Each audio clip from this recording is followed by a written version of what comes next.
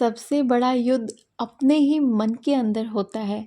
आपके घुटन, आपका दर्द इसी से जन्मता है कि आप हर रोज़ एक ही सवाल से जूझ रही होती हैं, क्या मैं सही हूँ? क्या मैं अपने फैसलों से खुश हूँ? ऐसे सवालों का जवाब ढूँढना और अपने मन से संघर्ष करना आसान नहीं है, पर ये सबसे ज़रूरी है। बहुत बार हम परिवार की परंपराओं, अपेक्षाओं और सीमाओं में खुद को बांध लेते हैं और सोचते हैं कि हमारी आज़ादी और खुशी इन्हीं सीमाओं के अंदर संभव है। लेकिन असल ज़िंदगी में खुशहाली के लिए हमें इन सीमाओं को पार करने की हिम्मत जुटानी ही पड़ती है। ज़िंदगी आपकी कहानी है, उसे दूसरों की लिखी हुई किताब मत बनने दो। हालांकि दर्दनाक अनुभवों ने हमें ढक्कन बना दिया हो, लेकिन एक दिन वो ढक्कन खुलना ही चाहिए, तभी हम हवा में उड़ सकते हैं। अपनी कहानी खुद लिखो, अपने लिए खुद फैसले लो और खुद को अपने मन के अंदर से आज़ाद करो। आज़ादी का यही मतलब होता है, आपके जो मन में बेड़ियां हैं उनको खोलना। कई बार हम अपनी गलतियों को लेकर खुद को बहुत दोषी महसूस करते हैं और यही ख्याल हमारी आत्मा को घुटन में बदल देता है। खुद से ये मत कहो कि मैं गलत थी, बल्कि कहो मैं भी इंसान हूँ और मैं सीख रही हूँ। माफ़ी और स्वीकार्यता ये आपकी आत्मा को हल्का कर देते हैं, जो बहुत ज़रूरी है।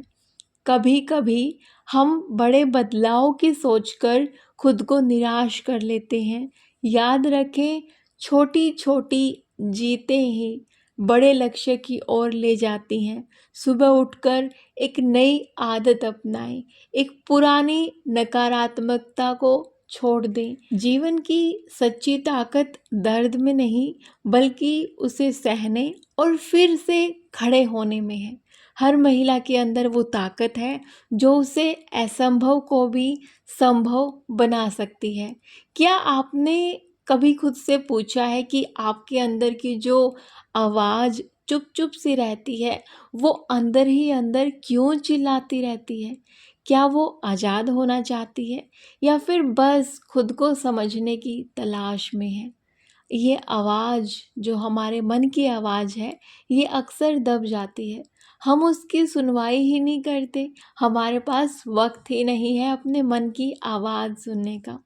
आज मैं जो आपको बता रही हूँ, वो एक लड़की की कहानी है, जो अपने मन की आवाज़ को कभी दबा लिया करती थी। ये कहानी आपकी भी हो सकती है, जो अपनी खुशियों को पीछे छोड़ देती थी और हमेशा घुटन में जीने लगती थी। ये कहानी आपकी और मेरी कहानी है।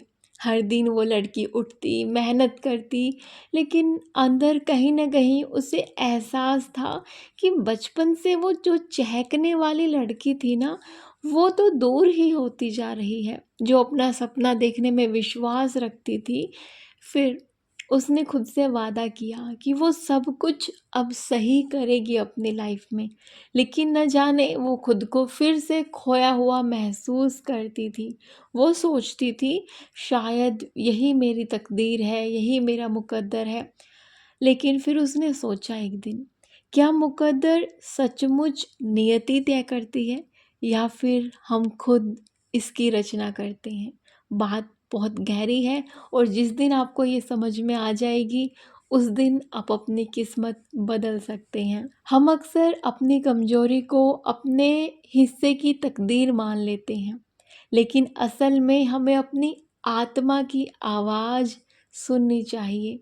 ये आवाज़ हमें बताती है कि हम क्या चाहते हैं, न कि समाज या परिवार क्या हमें करवाना चाहता है। अपनी असलियत को पहचानना आत्म अनुमान से कहीं अधिक शक्तिशाली होता है। खुद का ही अनुमान लगा लेते हैं कि हाँ ऐसे हैं हम और हमारी लाइफ ऐसी रहेगी। हम अपनी असलियत को पहचान ही नहीं पाते, उस घुटन को हम तोड़ ही नहीं पाते। जब हम दूसरों की उम्मीदों में खुद को उलझा लेते हैं, ये उम्मीदें कहती हैं तुम ऐसा करो, तुम ऐसा रहो। पर कभी सोचा है कि हमारी असली आत्मा क्या चाहती है? अपनी राह खुद हम कठिन कर देते हैं, लेकिन वो राह हम आसान बना सकते हैं। बदलाव की शुरुआत होती है अपनी कहानी को नए नज़रिए से देखने की। उस लड़की ने भी ये जान लिया था कि अपनी कहानी बदलने के लिए बाहर की दुनिया बदलने की ज़रूरत नहीं है, अंदर की ही दुनिया को बदलना होगा।